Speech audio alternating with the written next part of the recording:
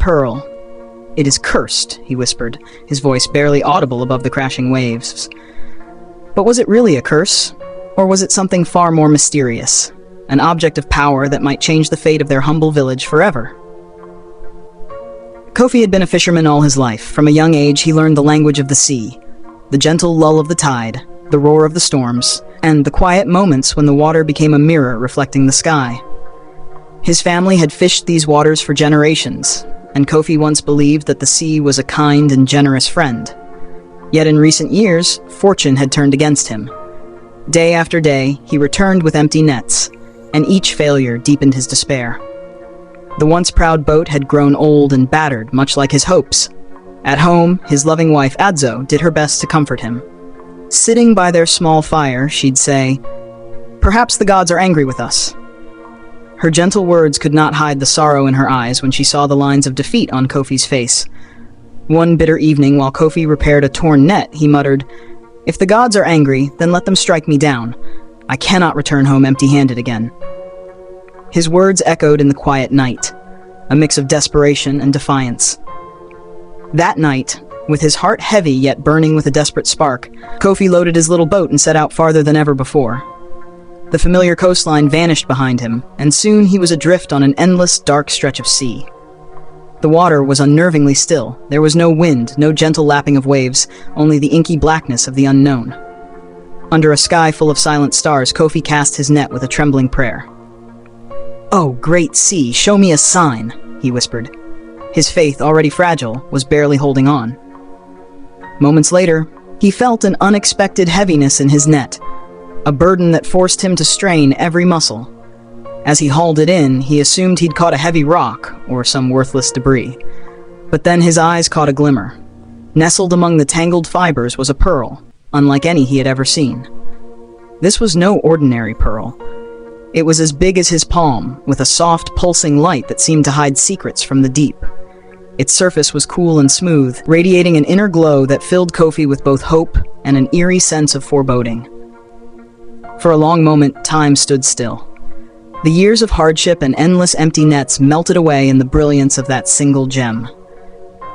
In its glow, Kofi saw the promise of a new beginning, a chance to turn his life around. Yet as soon as his fingers brushed its surface, a violent gust of wind swept across the water. The boat lurched, and the dark sea roiled as if awakening from a deep slumber. Still, desperate and hopeful, Kofi clutched the pearl as if it were the key to his salvation. He turned his boat around and raced back to his village. Every stroke was a frantic plea for deliverance.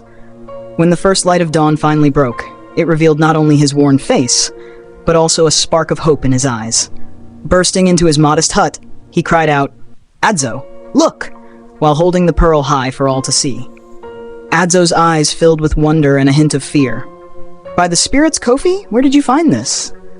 she asked softly. "The sea gave it to me," he replied, voice trembling with a mix of joy and uncertainty. "This is our chance to change everything." Word of Kofi's miraculous find spread quickly through the village. Neighbors gathered in the square, and even the village chief arrived, his eyes shining with the possibility of prosperity. "This is worth more than anything we have ever seen," the chief announced, his booming voice filled with excitement. "You are a rich man now, Kofi." Yet not everyone shared in the celebration. Mame Esi, the village elder, looked at the pearl and at Kofi with deep concern. "The sea does not give without reason," she warned solemnly. "Wealth that comes too easily always comes with a price." But Kofi's pride had grown. "I have struggled all my life," he declared with a laugh that sounded too harsh in the gentle morning light. "This is my reward." For a time, the pearl did bring great fortune. Traders and wealthy merchants from distant lands arrived with tempting offers and promises of a bright future. However, Kofi, now overcome with arrogance, refused every offer. "This pearl is special," he told Adzo. "I must wait for the highest bidder." Slowly, change came over Kofi. He stopped going out to sea and began spending his days in his new grand house. His once simple life transformed into one of luxury, with fine clothes, extravagant meals, and isolation from those who had once shared his hardships. Even when Adzo pleaded for generosity and unity, Kofi's heart grew colder. "Why should I share what is rightfully mine?" he insisted, his voice echoing with selfish pride. "Hey everyone, pause here for a moment. What do you think about Kofi's choices so far? Do you believe that hard-earned wealth should be kept for oneself, or should it be shared to help the community? Comment below with your thoughts. And if you're enjoying this story, please hit that like button and subscribe for more incredible tales. Your support means the world to us. Okay, let's continue. As the days turned into weeks, a strange change began to unfold. The once bright glow of the pearl started to dim, and its light took on an eerie quality. At night, when the village lay wrapped in silence, Kofi began to hear something unusual, a faint whisper that seemed to emanate from the pearl itself. At first, he believed it was merely the wind, but as nights passed, the whisper grew into a persistent murmur, echoing in his mind in a language he did not understand. This soft, eerie voice began to invade every moment of Kofi's life. It filled his thoughts, turning his dreams into restless nightmares. The pearl, once a symbol of hope, now felt like a heavy burden. Kofi's health began to falter. He ate little and sleep became a distant memory. The precious object that had once promised salvation now felt like a curse, a constant reminder of his isolation and greed. One stormy night, when the sky was dark and the wind howled like a chorus of lost souls, Kofi reached his breaking point. Tormented by the incessant whispers and the crushing weight of his own ambition, he stepped out into the raging storm. Clutching the pearl as if it were his last lifeline, he trudged toward the turbulent sea. "Kofi!" Adzo cried, her voice breaking with desperation as she ran after him. "Please, come back! What are you doing?" With eyes glazed and voice trembling, Kofi replied, "The sea, it wants it back. I should have never taken it." Without another word, he stepped into the cold, churning water. The villagers, roused by the commotion, gathered on the shore, their faces etched with fear and sorrow. They watched silently as Kofi waded deeper into the stormy waves. In a final act of despair, he raised the pearl high above his head and hurled it into the tumultuous sea. For a few heartbeats, there was eerie silence. Then, as if angered by his defiance, a colossal wave surged from the depths. It crashed upon the shore with such fury that Kofi was swept away, his desperate cries drowned out by the roar of the ocean. In moments, he vanished into the dark, unforgiving water, leaving the villagers in stunned silence. When the storm finally subsided, the beach lay quiet and forlorn. Mame Essie, her eyes filled with a mix of sorrow and ancient wisdom, whispered, "The sea gives and the sea takes. Let this be our lesson." Adzo, inconsolable, wept for the loss of her husband and for the tragic cost of pride and greed. Years passed, and the memory of Kofi's fate became a legend, a cautionary tale passed down from generation to generation. The pearl, once a symbol of miraculous fortune, faded into myth. Yet even as the villagers moved on with their lives, the ocean held on to its secrets. One warm summer evening, under a sky painted with vibrant hues of orange and pink, a young boy named Kwaku wandered along the shoreline. Curious and full of wonder, he listened to the elders recount the old story of Kofi and the cursed pearl. As he played near the water's edge, he noticed something unusual glinting in the sand. Kneeling down, he brushed away the fine grains until his fingers closed around a smooth, luminous object, a shard of the very same pearl. Kwaku's heart raced with excitement. In that small shard, he sensed a powerful secret, a connection to a destiny that might redeem the tragic past. He clutched it to his chest and vowed to learn its secrets. Days turned into weeks, and Kwaku became obsessed with the shard.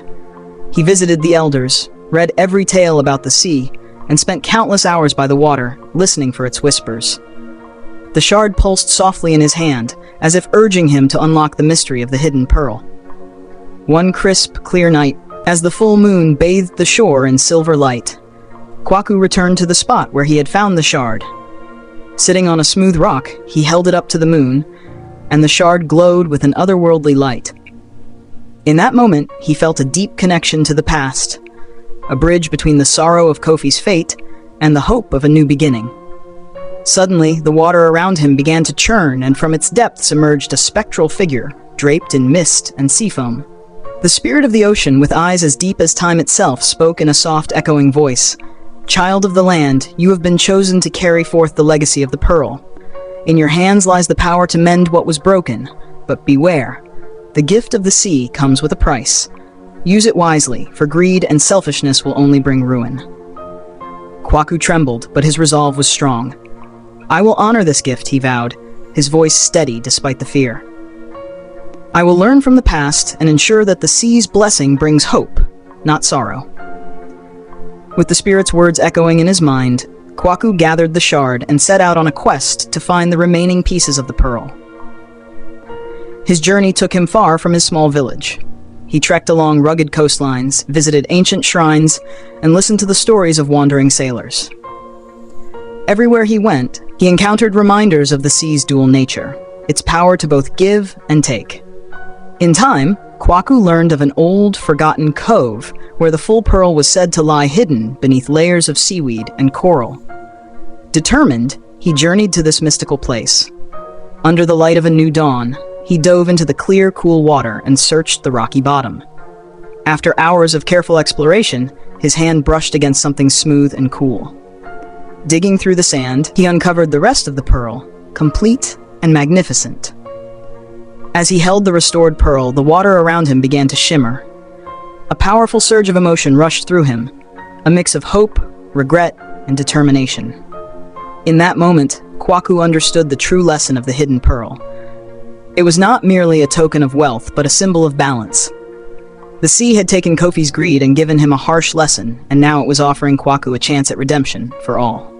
Kwaku returned to his village as a changed young man. He gathered the villagers and recounted his journey, the spirit's warning, and the true meaning of the pearl. With gentle wisdom, he explained, "The sea is powerful.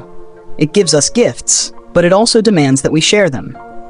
True wealth is not in hoarding riches, but in the strength of our community and the generosity of our hearts."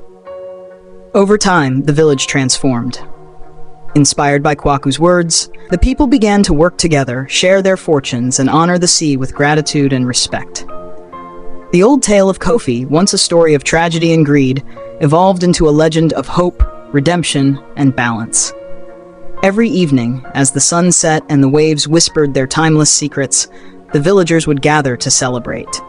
They would light lanterns by the shore, sing songs of the ocean's mysteries, and share stories of both loss and love. And amid all these traditions, the hidden pearl, restored by fate and nurtured by wisdom, shone as a beacon of new beginnings. Hey everyone. If this story touched your heart or made you think, please leave a comment below with your thoughts.